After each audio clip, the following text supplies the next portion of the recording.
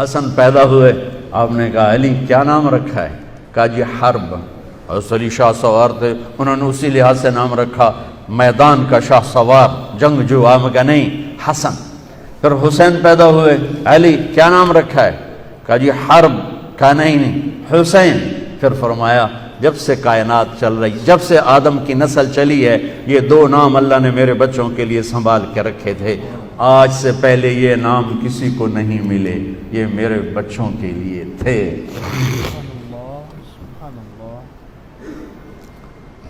اوہو، عرب میں عیب تھا بچے کو اٹھا کے پیار کرنا، عیب تھا، عیب تھا۔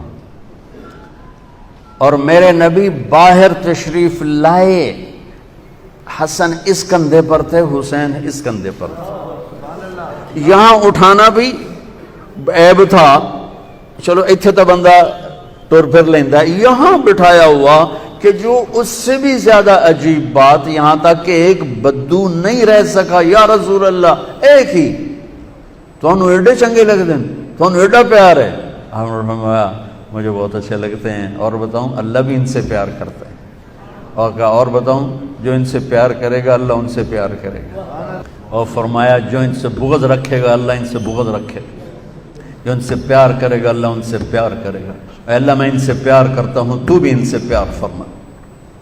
حضرت حسن امام یہاں سے یہ ماتھے سے لے کر چھاتی تک اللہ کے نبی کی تصویر تھے، اور چھاتی سے لے کر پاؤں تک اپنے باپ کی تصویر تھے۔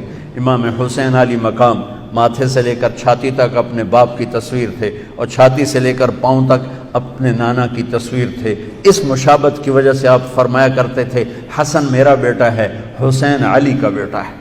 جنہوں نے نبی کے کندھے پر نہیں کمر پر سواریاں کی ہوں وہ کیسے شاہ سوار تھے؟ یہ جنت دوزخ کا مسئلہ نہیں تھا، پیغام حق کا مسئلہ تھا۔